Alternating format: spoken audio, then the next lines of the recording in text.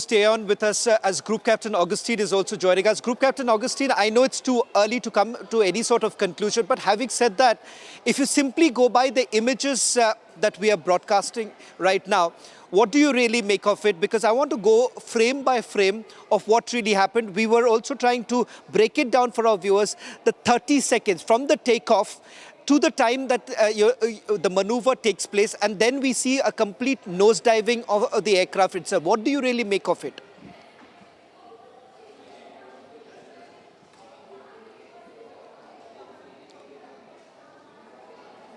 Having done thousands of hours of aerobatics and having flown very close to the ground, with that experience as the background, I'm saying this. A couple of things is very, very clear. Firstly, this crash has nothing to do with the capability of Tejas, both technological capabilities as well as the maneuver capabilities. Technologically, Tejas has multiple capabilities, including making long-range missiles like Meteor, etc. And maneuver capability, it has quadruplex fly-by-wire system. It is one of the best fly-by-wire systems that is there in the world. Thirdly, and most importantly, and viewers must listen to this and understand this, in the history of Indian Air Force and the history of world aviation, there has been not a single engine jet fighter which has the safety record, the best safety record that the Tejas enjoys. There is no fighter in the world ever produced that has such clean safety record that the Tejas enjoys. Tejas had, including this crash, only two crashes. The one was in Jaisalmer. I happened to be very close to Jaisalmer at that time when that crash happened. And that was a technical malfunction. And in this one, this is a low-level aerobatics, like it is shown on the screen. It was executing a negative G split maneuver. So I would tell the PCR to add the word negative or put a hyphen in front of the G. The negative G split maneuver. What is the negative G split maneuver? This is a signature maneuver only Tejas in the entire world does. It's a very, very difficult maneuver to execute. The aeroplane comes like this, and it, instead of turning this way, it turns away. That means the control column is pushed forward, and the aeroplane does a turn, which is like a negative G turn. That means the aeroplane is facing this side, but turning the opposite side. This is a very, very classic maneuver that the Tejas does, and has a very great significance in close combat. That is what is demonstrated here. After the negative G turn, he is supposed to split into a barrel roll and get out. Now comes the important point. And in this situation, this exact same situation I've been in many times when I was stationed in Badmer. When we come in for a strafing run, air to ground, when you're firing towards the ground, the mush that you feel, mush is what is a mush? When an aeroplane nose goes up, and the aeroplane is supposed to climb out, isn't it? It doesn't climb out. It still flies towards the ground for a while, owing to its inertia, and then it climbs out. So this mush is different in the morning. It is different in the afternoon. Why? In the morning, the air is cooler, therefore denser. In the afternoon, when it happened now, the air is thinner because it is hotter. A very, very typical weather phenomena in desert condition where I was, Badmer. In the morning, you just done a staffing run, the aeroplane, you pull out, the aeroplane gets out. In the afternoon, when you come, same pull out, the mush is much, much longer. The nose is higher, but the aeroplane still travels towards the ground as it is happening on the screen, as we are seeing. Very, very typical weather phenomena, which you cannot see as a pilot. How can you see a denser hair and a thinner hair visually? You cannot. You have to feel it. So these maneuvers are done based on various checkpoints with a wafer thin safety margin. Now comes the most important aspect. The countries which are looking at buying Tejas aeroplane, or countries which are looking at, looking at having Tejas aeroplane as one of their its contender for in their arsenal, are not going to get influenced by this. In the August of this year, we had an F-16 crashing by very senior, very experienced low-level aerobatics pilot called Colonel Slab in Poland I think on 25th or 27th of August this year. So low-level aerobatics is a very, very dangerous profession. Many of accidents that we have seen world over has happened at low-level aerobatics because the safety margin is thin. 1986, I remember one of my commanding officers, Joe Bakshi, carrying out a low-level aerobatics over Palam in during Air Force Day during a downward maneuver Group like this. Captain, Group Captain Vinod, I'll just request you to, Group Captain Augustine, just if you can be with us. I'm also told Air Marshal Murli is also joining us. Air Marshal, thank you very much for joining us on this broadcast. A tragic incident that has actually taken place. We're trying to, understand what really happened by simply going by the images that we have got into our newsroom and by speaking to those who are basically there at the Dubai Air Show. And I was speaking to this with Group Captain Augustine with regards to two possible reasons that has largely been spoken within the Air Force headquarters also and at the Dubai Air Show. One, the technical glitch that is at the fly-by-wire system itself, which Group Captain Augustine has been saying that by far Tejas has got the best fly-by-wire system itself. The second is with regards to the engine compressor stall. Is there anything that you see, Air Marshal Murli? I know it's too early, but having said that, just to make sense of what really has happened, if we are talking about it being the safest platform, then how is it that we've had the second such incident? Yeah, there is no denying the fact that Tejas has the best, a fly-by-wire control system, and he's also got the best flight safety record. When Augustine was talking about, Wing Commander Joe Bakshi's accident at Palam, I was actually sitting there, and I was one of the Court of Inquiry members that went into the accident, which was the most gory accident that happened during, that Air Force Day function when Joe Bakshi actually came very close to the ground and hit the water tower, and then that fatal took place. In fact, here, I really cannot say compare both, but then it looks as though the pilot has come very close to the ground after he negotiated the negative G maneuver. And probably he did not have sufficient time to pull up, and then after he got a steady level, which was very close to the ground. See, one thing that we must understand is this aircraft is fitted with a G404 engine, which has got enough thrust, more than 10-ton thrust, and it's also got a 00 Martin Baker ejection seat. So it's a very safe aircraft, and it has got an incredible record of actually doing a number of such displays all over. And come to think of it, since 2016, I'm sure it has done more than 1,000 such displays. And even the pilot is also a very skilled pilot, which I'm sure everybody will agree that that the right man to actually fly the aircraft. And most important of all, from what I hear from your own channels, is that Tejas aircraft was actually a showstopper, and everybody wanted to come and see Tejas doing aerobatics at Dubai. Yes, the ambient temperature makes a lot of difference, but then here it looks as though there has been a bit of a miscalculation as far as the pilot is concerned when it came close to the ground. But see, these are all only speculations. I'm not actually ruling out the possibility of a technical error in which we are actually the noise is getting stiller. That yes, it could be a technical error. Yes, it could be a technical error. It could be probably disorientation.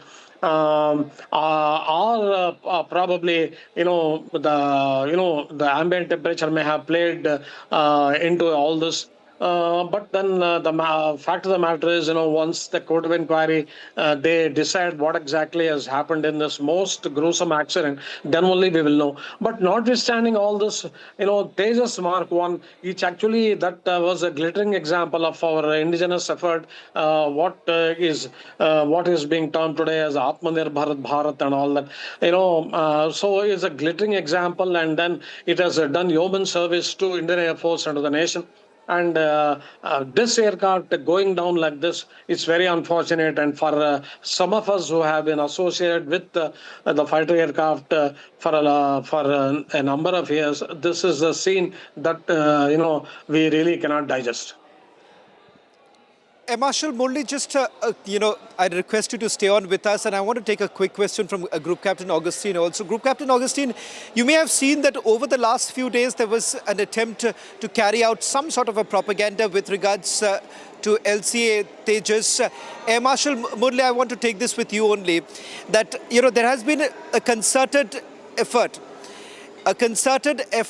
to carry out a propaganda against LCA Tejas. And Air Marshal Sanjeev Kapoor is also joining us on this broadcast. Air Marshal Sanjeev Kapoor, thank you very much for joining us on this broadcast.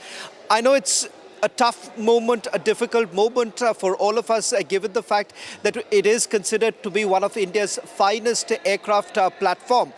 But a tragic incident has taken place. A lot would be spoken about as to what could be the possible reasons. I want your initial thoughts by simply going through all the images and all the information that is available in public domain. What is it that you make out of it, Air Marshal Sanjeev Kapoor?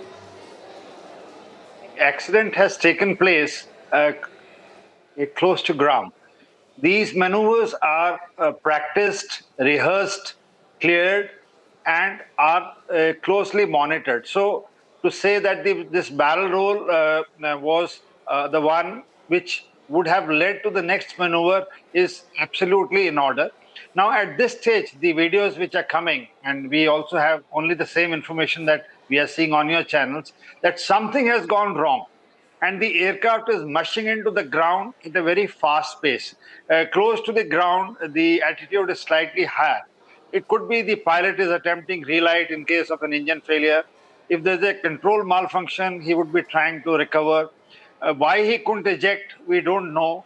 It could have been, other angles also, that the height was low, or it could be an error of judgment.